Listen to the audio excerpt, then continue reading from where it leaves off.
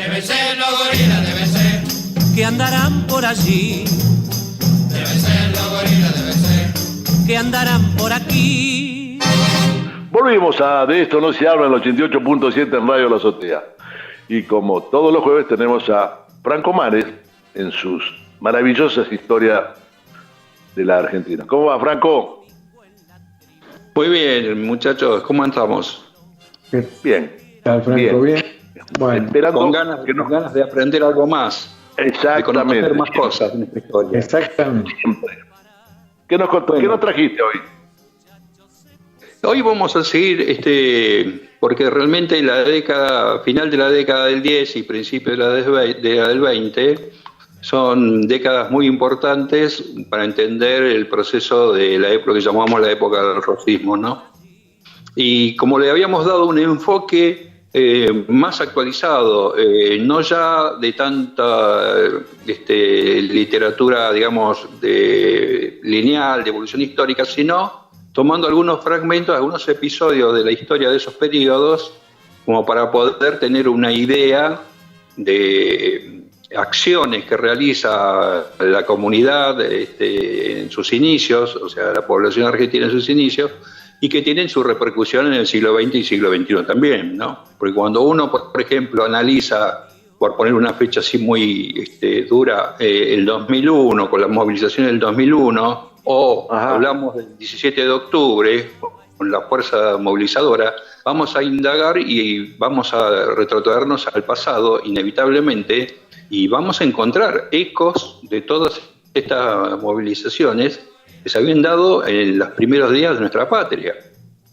Es así que, por ejemplo, ya metiéndonos en tema, después de lo que habíamos hablado la semana anterior, de la intensidad del movimiento de las invasiones que produjo toda una movilización social muy fuerte, la otra gran movilización se va a dar en la década del 20,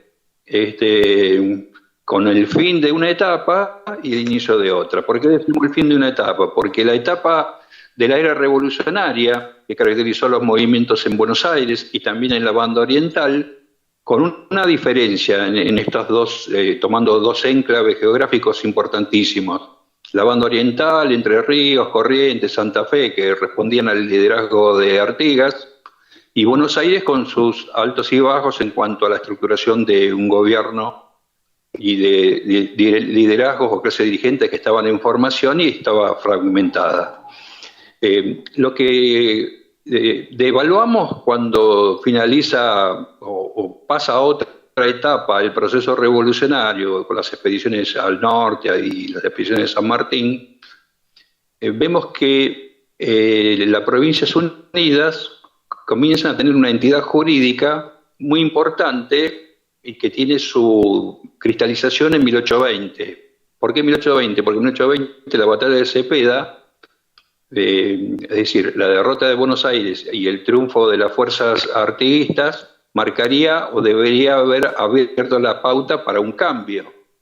Pero el cambio no llegó porque el gobierno de Artigas o la hegemonía de Artigas va a ser destruida. De acá lo que quiero destacar es lo importante, el tema de la titularidad de la tierra, tanto en la banda oriental, Entre Ríos, Corrientes, como en la provincia de Buenos Aires.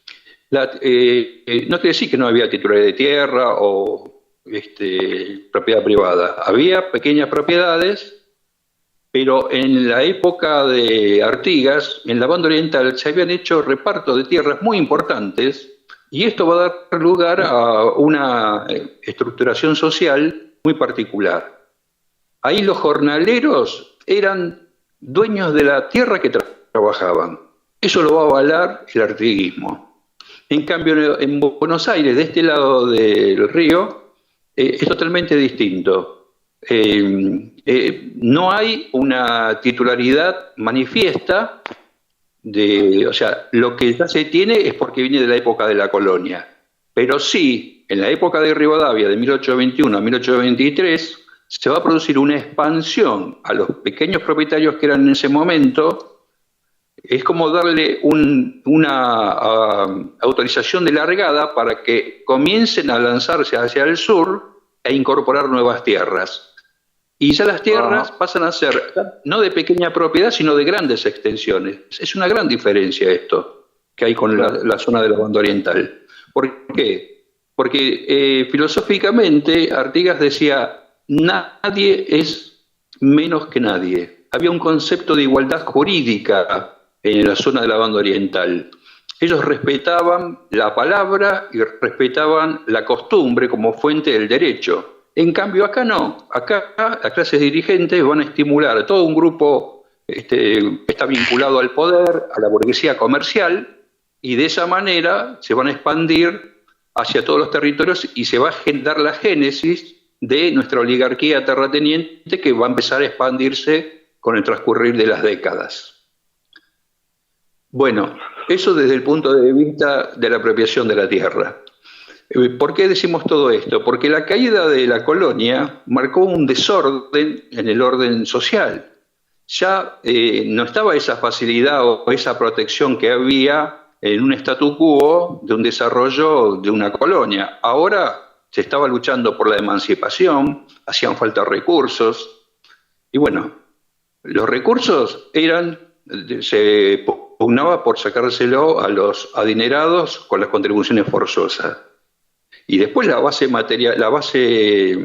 física para emprender las luchas por la emancipación es la gente común. Entonces vamos a ver que la gente común vivía situaciones de leva forzosa, y cuando hay paz, como hubo en un periodo entre el 21 y el 23, hay mucha gente que está sin trabajo, que no está dentro de la férula de las estancias. Entonces hay gente que está sin control, sin disposición de lugares de producción o desarrollo militar. Bueno, esta gente que está en Buenos Aires, los sectores que llamaríamos, como le llamaban en esa época, los del bajo pueblo, no tenían representación política. Y la representación política la van a tener a partir del año 23, cuando es elegido Manuel Dorrego como diputado en la legislatura porteña. Y Dorrego va a encabezar una acción de aglutinamiento con características como si fuera un partido más moderno para la época. Va a concitar la atención de los sectores populares y les va a dar una identificación. Él es partidario del federalismo, es decir, la adhesión de las autonomías provinciales, en contra del unitarismo, que aquí es donde se conforman como los dos bloques. La década del 20 es donde se conforman los dos bloques de federales y unitarios, que va a tener todo un desarrollo en esa década y va a culminar con la llegada al poder de Manuel Dorrego como gobernador.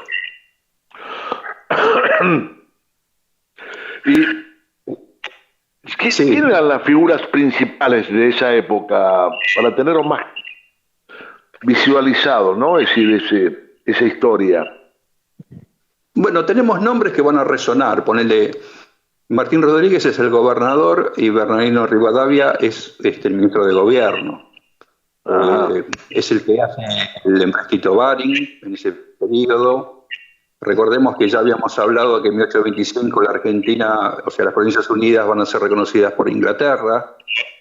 Y lo que habíamos hablado también era la estructuración, cómo estaba estructurada la sociedad, que esto es muy importante porque la adhesión que tiene Dorrego se la define como los de Chaleco y los de Poncho eran los que lo apoyaban. Esos eran federales. Los otros, los de Frac, son los unitarios. Así que en esta época tenemos... Qué raro, ¿no? Sí.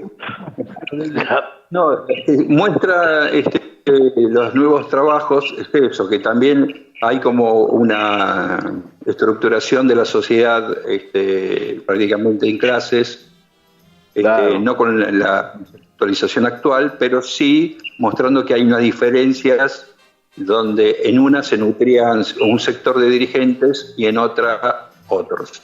Claro. Y Me imagino. cuando hablamos de Dorrego, decimos que Lavalle vuelve de la guerra con Brasil y va a dar el golpe famoso que por primera vez va a ser fusilado un representante jurídicamente elegido. O sea, ahí hay un quiebre muy importante y además uno cuando lee las cartas de los que alentaban el fusilamiento, hay una que a mí me hace recordar mucho, hay una frase que dice: hay que cortarle la cabeza a la hidra, simbolizando, para que lo fusilen a Dorrego, ¿no? Simbolizando a la hidra como la constitución del pueblo, entidad que nosotros hemos visto que a lo largo del siglo XIX, el siglo XX y la actualidad sigue teniendo sus reivindicaciones y condensa a la mayoría de la población, ¿no?